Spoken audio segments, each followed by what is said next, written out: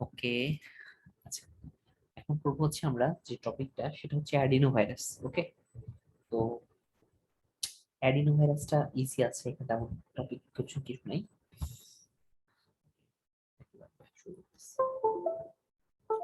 ওকে, তাহলে আমরা পড়বো হচ্ছে অ্যাডিনো ভাইরাস। ওকে, তো ফার্স্ট অফ অল খেয়াল করে দেখেন অ্যাডিনো ভাইরাসের কিছু জেনারেল ক্রাইটেরিয়া আমরা দেখে নিতে পারি। আচ্ছা, first of all it is DNA virus, প্রথম কথা।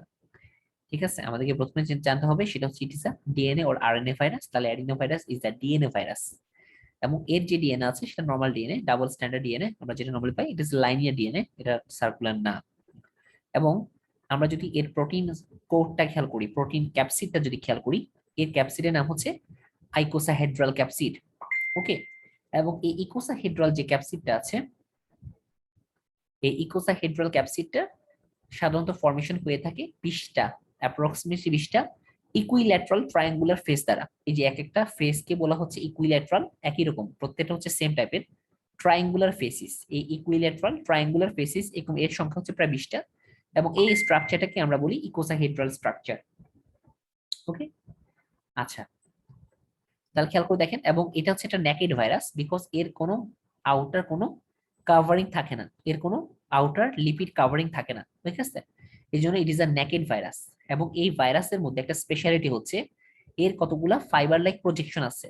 এর যে প্রোটিন কোডটুকু আছে বা ক্যাপসিডটুকু আছে, এর মধ্যে থেকে কতগুলা ফাইবার ফাইবার লাইক প্রজেকশন বের হয়, যেটা আমার এই অ্যাডিনো ভাইরাস গুলাকে আপনার বডি টিস্যু গুলাতে অ্যাটাক করতে সাহায্য করে। ঠিক আছে, আচ্ছা, সেকেন্ড ওয়ান হচ্ছে যে কিভাবে অ্যাডিনো ভাইরাসটা ট্রান্সমিট করে।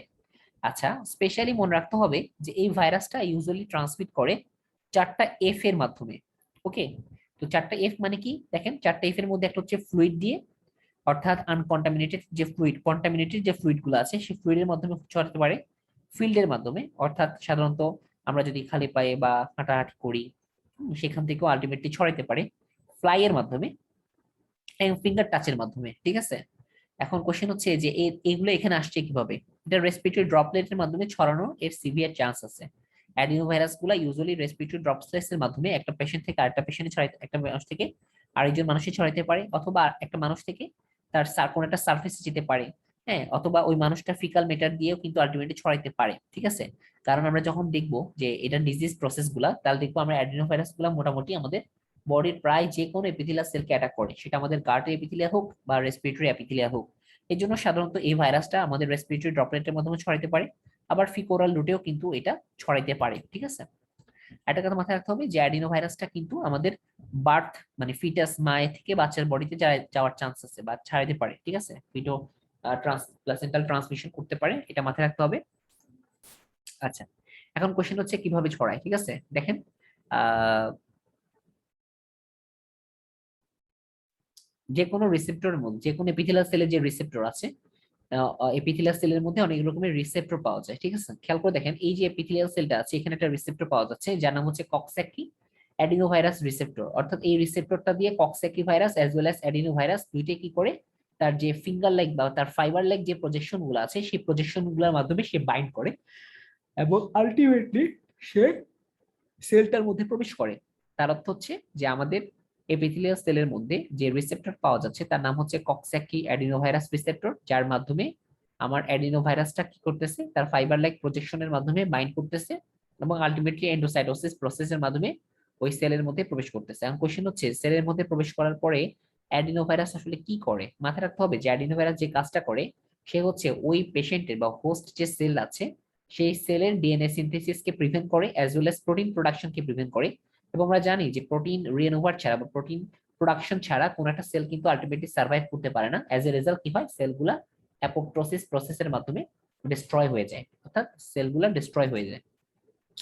এবং আলটিমেটলি যখন সেলগুলা ডিস্ট্রয় হয়ে যায় তখন ওই সেলগুলা থেকে বিভিন্ন সাইটোকাইন রিলিজ হয়, এবং ওই সাইটোকাইন গুলা কি করে আমাদের বিভিন্ন ইনফ্লামেটরি সেলগুলোকে অ্যাট্রাক্ট করে, অ্যাজ ওয়েল অ্যাজ ওই ইনফ্লামেটরি সেলগুলা যখন ওখানে আসে তখন তারাও কি করে বিভিন্ন রকমের ইনফ্লামেটরি সাইটোকাইন হিস্টামিন রিলিজ করে, যা ব্লাড ভেসেলগুলোকে ডাইলেট করে, অ্যাজ ওয়েল অ্যাজ আমাদের এন্ডোথেলিয়াল সেলগুলোকে শ্রিঙ্ক করে এবং ইন্টার এন্ডোথেলিয়াল গ্যাপ বাড়ায় দেয়।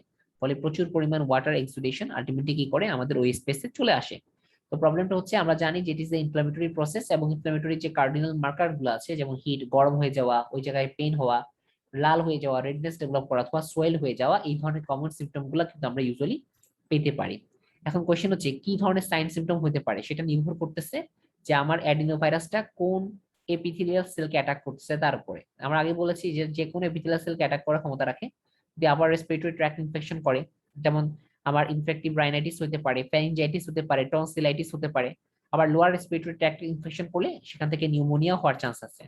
আবার জিআই ট্র্যাক্ট ইনফেকশন করলে, স্পেশালি এটা স্মল ইন্টেস্টাইনকে ইনফেক্ট করে, সেক্ষেত্রে গ্যাস্ট্রোএন্টারাইটিস বা ডায়রিয়া হওয়ার চান্স আছে। আবার ইউরিনারি ট্র্যাক্ট ইনফেকশন করলে সেখান থেকে আমাদের হেমোরেজিক সিস্টাইটিস ডেভেলপ করার চান্স আছে। তাহলে আলটিমেটলি আমাদের এই ডিজিজ গুলো করতে পারে, এটাও করতে পারে, এখান থেকে গ্যাস্ট্রোএন্টারাইটিস করতে পারে, অন্যদিক থেকে হেমোরেজিক সিস্টাইটিস করতে পারে। আচ্ছা, স্পেশালি আবার কি করতে পারে, আমাদের কনজাংটিভার যে এপিথেলিয়াল সেলগুলো আছে সেটাকে অ্যাটাক করে সেখানে কনজাংটিভাইটিস বা পিক আই ডেভেলপ করতে পারে।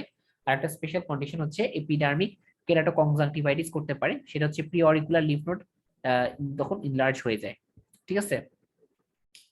আচ্ছা, বলা হচ্ছে যে স্পেশাল অধিকাংশ ক্ষেত্রে যে অ্যাডিনোভাইরাস গুলা যে এপিথেলিয়াল সেলগুলো অ্যাটাক করে সেখানে কনফাইন থাকে, বাট কোনো কোনো কারণে অনেক সময় দেখা যায় যে তারা ওই মিউকাস মেমব্রেন গুলোকে ব্রেক করে আলটিমেটলি ব্লাড বন্ড হয়ে আলটিমেটলি বডির অন্যান্য পোর্শনে ছড়ায় যাওয়ার চান্স থাকে, তখন সেগুলোকে আমরা বলি ডিসিমিনেটেড অ্যাডিনোভাইরাস ইনফেকশন। ওকে। এবং অ্যাডিনোভাইরাস এই ইনফেকশন গুলোর মাথায় রাখতে হবে যে এই ভাইরাসটা খুবই ছোঁয়াচে। ইট ইজ আ কন্টাজিয়াস ভাইরাস এবং রেজিস্ট্যান্ট ভাইরাস, খুবই সহজে একটা পেশেন্ট থেকে আরেকটা পেশেন্টে ছড়ানোর চান্স থাকে এবং আউটব্রেকটা অনেক ইজিলি ডেভেলপ করে, স্পেশালি কোন একটা যে সকল জায়গাগুলো বদ্ধ পরিবেশে মানুষগুলো অবস্থান করে অথবা হসপিটাল ওরিয়েন্টেড স্পেস গুলা অথবা ক্যাম্পিং সাইট গুলা যেখানে অনেকগুলো মানুষ একসঙ্গে অবস্থান করে, সেখানে দেখা যায় যে একটা মানুষ যদি আক্রান্ত হয় খুব ইজিলি অন্যান্য মানুষগুলো এই রোগে আক্রান্ত হওয়ার চান্স থাকে। আর এছাড়া বাচ্চাদের ক্ষেত্রে অথবা অনেক বৃদ্ধ বয়স্ক মানুষের ক্ষেত্রে যাদের ইমিউনো কম্প্রোমাইজেশন স্টেট আছে তাদের ক্ষেত্রে এই রোগটা ছড়ানোর চান্স অনেক বেশি, because it is a super contagious virus. আচ্ছা, বলা হচ্ছে অধিকাংশ ক্ষেত্রেই অ্যাডিনোভাইরাস আক্রমণ করলে কোনো সাইন সিমটম শো হয় না এবং খুব কম সময়ের মধ্যে সাধারণত এটা অটোমেটিক্যালি রিজলভ হয়ে যায়, স্পন্টেনিয়াসলি রিজলভ হয়ে যায়। আর যদি সিমটমস হতে পারে সাধারণত এটা অ্যাকিউট ইনফেকশন শো করে, সাধারণত ক্রনিসিটি ডেভেলপ করে না এবং সাধারণত এটা 2 থেকে 14 দিন পর্যন্ত এটা সার্ভাইভ করতে পারে, এরপর আস্তে আস্তে করে এটা রিজলভ হয়ে যায়। এখন কোশ্চেন হচ্ছে কি সিমটম পাবো, সেটা নির্ভর করতেছে কোন ধরনের রেসপিরেটরি ট্র্যাক্ট ইনফেকশন হচ্ছে তার উপরে।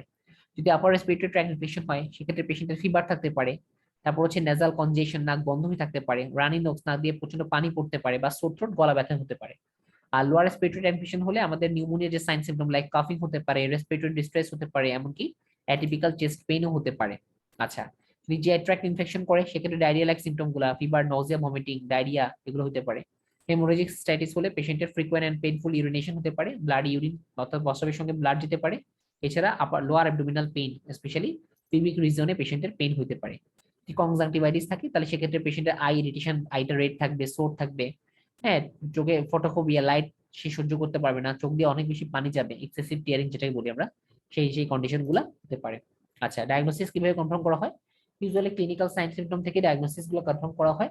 তবে ইচ্ছা করলে আমরা ভাইরাল কালচার করতে পারি। আমরা জানি ভাইরাল কালচার সাধারণত নরমাল নিউট্রিশন কালচারে করা যায় না, স্পেশালি কোন একটা সেলুলার কালচারে করতে হয়, সেটা ভাইরাল কালচার করে ডায়াগনোসিস করা যেতে পারে।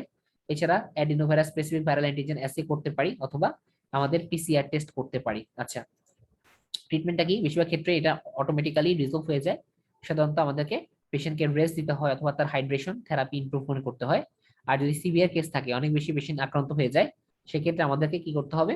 অ্যান্টিভাইরাল ড্রাগ যেমন cidofovir or immunotherapy like intravenous immunoglobin, যেটাকে আমরা আইভিআইজি বলি, এই ধরনের ট্রিটমেন্ট গুলা প্রোভাইড করার দরকার হতে পারে, বাট সেটা খুবই রেয়ার। আচ্ছা, আর একটা কথা মাথায় রাখতে হবে যে আমাদেরকে এই পেশেন্ট গুলা ক্ষেত্রে যে আহ আমরা জানি অ্যাডিনোভাইরাসের ক্ষেত্রে আমরা সাধারণত যে ভ্যাকসিনটা ইউজ করে থাকি সেটা হচ্ছে লাইভ ভ্যাকসিন।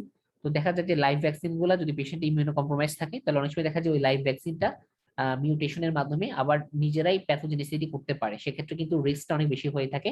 এই জন্য সাধারণত এই ভ্যাকসিনটা সবখানে অ্যাভেলেবেল থাকে না বা অ্যাভেলেবেল নয়, বিকজ এর সেফটি মেজার এখনো মেজারমেন্ট করা হয়নি। ওকে। তো আমরা ইচ্ছা করে এটাকে প্রিভেন্ট করতে পারি, ওই 4টা F থেকে যদি ট্র্যাকেল করি সেভাবে আমরা আবার ইচ্ছা করলে বিষয়টাকে আমরা ট্রিগার প্রিভেন্ট করতে পারি। লাইক আমরা যদি প্রপার স্যানিটেশন মেনটেন করা, বারবার হাত ধোয়া, হাঁচি কাশি দেওয়ার সময় মুখে রুমাল ইউজ করা, হ্যাঁ, যখন আমরা রাস্তাঘাটে বা কোনো ফিল্ডে থাকবো তখন আমরা প্রপার ভাবে ড্রেস আপ করবো, পায়ে জুতা পরবো, এই ধরনের ম্যানেজমেন্ট গুলা, ফ্লাই কন্ট্রোল করা, হ্যাঁ, খাবার ঢেকে রাখা, এই ধরনের কাজগুলো আমরা করলে একটা প্রিভেন্টিভ মেজার হিসেবে এটা ইউজফুল হইতে পারে। ঠিক আছে।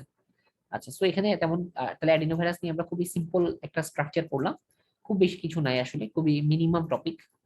যদি এগুলো পড়ে ফেলতে পারেন এগুলো আপনাদের জন্য ইজি হবে, খুব কম সময়ের মধ্যে ইচ্ছা করলে আপনি এই টপিকটা কিন্তু আলটিমেটলি কভার করতে পারতেছেন। ঠিক আছে, ওকে, থ্যাংক ইউ।